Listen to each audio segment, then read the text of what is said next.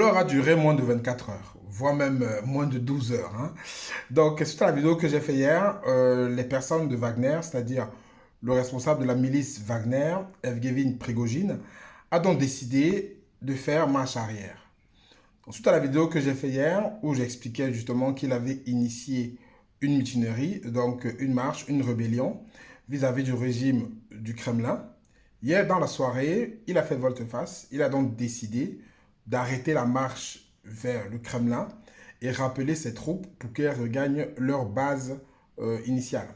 Donc, elles ont arrêté leur marche vers Moscou, où elles sont rentrées dans les rangs et elles en ont reparti sur le terrain pour continuer la guerre contre l'Ukraine. Donc, il y a bien eu quelques heures de flottement, quelques heures où l'avenir du monde, je vais dire, était incertain. Tout était vraiment en suspens.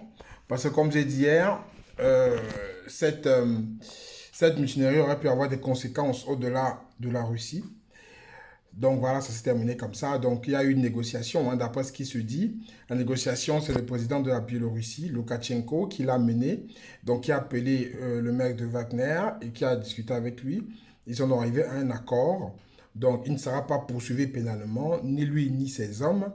Et il est dit qu'il va se rendre en Biélorussie, je crois, les prochains jours pour y séjourner ou pour rencontrer le président. Ça, rien n'est dit à ce niveau-là. Mais juste qu'il va se rendre là-bas, rencontrer le président biélorusse. Donc voilà donc une mutinerie qui était regardée d'un certain œil plutôt complaisant, on va dire, hein, par les Ukrainiens, par les Américains, les Français, ce qui est compréhensible, vu que s'il y avait cette mutinerie qui allait au bout, ça allait forcément affaiblir le régime de Pékin, parce qu'il aurait fallu que Vladimir Poutine ouvre un second front militaire contre son propre camp, en fait, en interne, en fait, hein, contre les personnes qui l'emploient pour faire la guerre. Mais il a donc pu... ceci a donc pu se résoudre comme ça hier. Mais qu'est-ce qu'il faut retenir par rapport à ça? Il faut retenir en fait plusieurs leçons. Moi, en fait, ce que je vais vous dire, c'est par rapport à ce que moi j'ai analysé. Première leçon, en fait, c'est que lorsque tu veux initier un combat, il faut être quand même certain que tu as les armes pour gagner. D'accord? Ça, c'est le cas même dans la vie, hein. Dans la vie, avant d'engager un combat, il faut être sûr que tu as les moyens et surtout la capacité de le gagner. Parce que je ne me suis pas dans la tête de ce monsieur-là, mais je pense quand même que lorsqu'il a décidé d'engager la marche vers le Kremlin, peut-être il pensait qu'il allait embarquer avec lui certains soldats de l'armée qui allaient le rejoindre, ou des autres milices aussi, ou peut-être des soutiens qu'il a, je ne sais pas, ou qui allaient le suivre.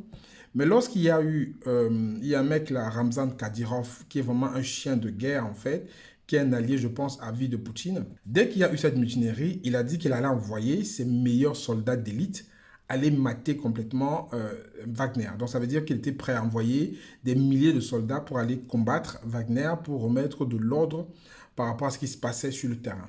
Donc déjà, lui qui s'est mis dans le game, et aussi le gars de la Biélorussie qui était prêt à envoyer des personnes, et il y avait aussi des mecs au Kremlin qui étaient prêts à combattre Wagner. Donc, même s'ils étaient 25 000, je doute fort qu'ils auraient fait long feu par rapport à la puissance militaire qui allait être mise sur pied contre ces hommes.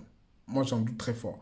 Parce qu'entre les hommes de Ramzan Kadyrov, les hommes qui allaient venir de la Biélorussie, et même l'armée russe en elle-même, paramilitaire et tout ça, je pense qu'ils auraient été complètement écrasés. Donc, quel était l'objectif, quel était le but de cette mutinerie? Parce que c'était surtout d'attirer l'attention sur lui. C'était le fait de réclamer plus d'armes pour ces personnes. C'était le fait de demander plus de moyens pour combattre. Lui seul, il sait et peut-être on le saura plus tard. Mais la première leçon, c'est que même s'il allait vouloir faire le combat, je pense qu'il allait complètement le perdre et très très mal.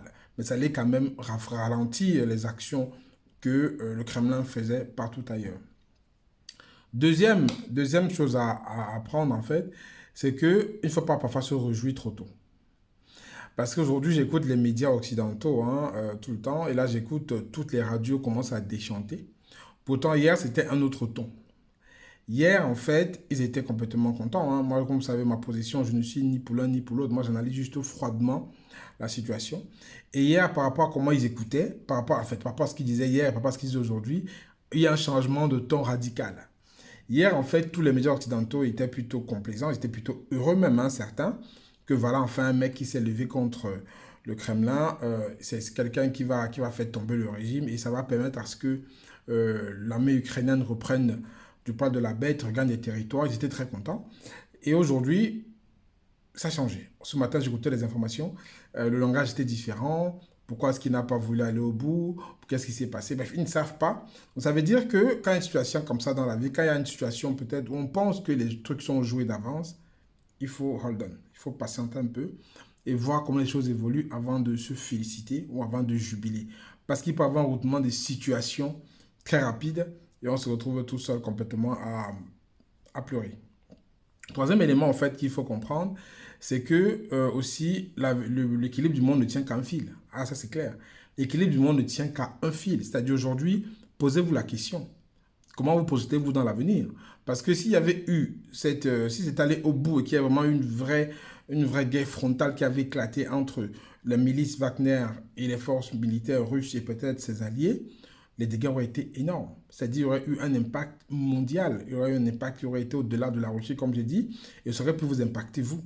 Ça aurait pu impacter vos travails, ça aurait pu impacter votre situation financière. Ça aurait été énorme parce que ce combat-là allait peut-être, bien sûr que c'était en interne, mais il y a quand même eu des répercussions au-delà qui auraient pu impacter ce que vous faites aujourd'hui. Je ne sais pas dans quel domaine vous êtes, mais ça aurait pu vous impacter, même si c'est de loin, hein, ça aurait pu impacter par rapport à tout. On a vu comment la guerre en Ukraine a impacté au niveau de l'approvisionnement en gaz, en pétrole, en tout ça. Donc le fait qu'il y ait encore eu ce problème-là, certainement, il y aura eu des impacts, on ne sait pas encore à quel niveau.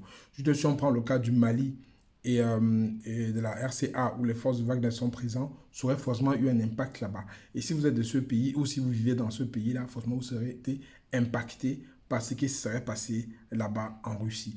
Donc le monde est interconnecté aujourd'hui et l'avenir du monde ne tient parfois qu'à un seul fil, à une seule décision, à une seule mauvaise prise de position et tout peut complètement basculer dans un sens comme dans l'autre. Donc par rapport à ça, posez-vous la question, comment est-ce que vous projetez votre avenir? Voilà, posez-vous la question. Et pour ceux qui veulent justement projeter leur avenir, pouvoir le sécuriser via l'entrepreneuriat. Donc, vous savez, en fait, qu'on organise la Side Business Week à partir du 28 juin, c'est ça, la semaine prochaine. Donc, toutes les informations par rapport à cette semaine sont en dessous de la vidéo. Vous allez voir, si ça vous intéresse, vous inscrivez. Et dès le 28 juin, on démarre. Toutes les infos sont sur la page dédiée à ce programme. Donc, voilà donc justement pour fermer la page de cette histoire de mutinerie qui a commencé hier. On va toujours suivre l'actualité. Aujourd'hui, c'est fermé, mais on ne sait pas ce qui va se passer plus tard. On verra l'évolution. Mais ce qui est sûr, c'est que le pouvoir du Kremlin, je pense, ne laissera pas cette action impunie. Voilà. Maintenant, est-ce que c'était voulu? Parce que souvent aussi, il faut faire attention, le pouvoir est très sale. Hein? Parce que souvent aussi, des personnes qui sont au pouvoir peuvent créer eux-mêmes ce type de situation-là pour voir les personnes qui leur sont fidèles et pour voir celles qui ne sont pas fidèles pour pouvoir justement commencer à tirer des conclusions. Parce qu'imaginez-vous un seul instant qu'il y avait peut-être des généraux de l'armée russe qui avaient rejoint Evgeny Prigojine, là, qui avaient dit qu'ils étaient prêts peut-être à le soutenir. Poutine aurait certainement vu quelles étaient les traites qu'il y a à l'intérieur. Mais il n'y a eu personne qui s'est manifesté. Donc je ne sais pas, peut-être c'est complotiste, hein, peut-être c'est pas lui, on n'en sait rien. Mais on a bien vu des régimes dictatoriaux qui ont causé eux-mêmes ce type de mouvement pour voir qui est fidèle, qui n'est pas fidèle. Mais on n'en saura rien. Seul l'avenir nous dira par rapport à ce qui va se passer, par rapport aux actes qui vont être posés d'un côté comme de l'autre. On en saura peut-être un peu plus de cette histoire qui a duré moins de 24 heures. Donc voilà, dites-moi ce que vous en avez pensé, vous qui avez suivi ça, ou vous qui avez écouté ma vidéo d'hier. J'attends vos commentaires en dessous. Et ceux qui veulent donc rejoindre la Side Business Week, le lien aussi est en dessous de la vidéo. C'était Franck Kenyé, à très bientôt, prenez soin de vous. Ciao, ciao.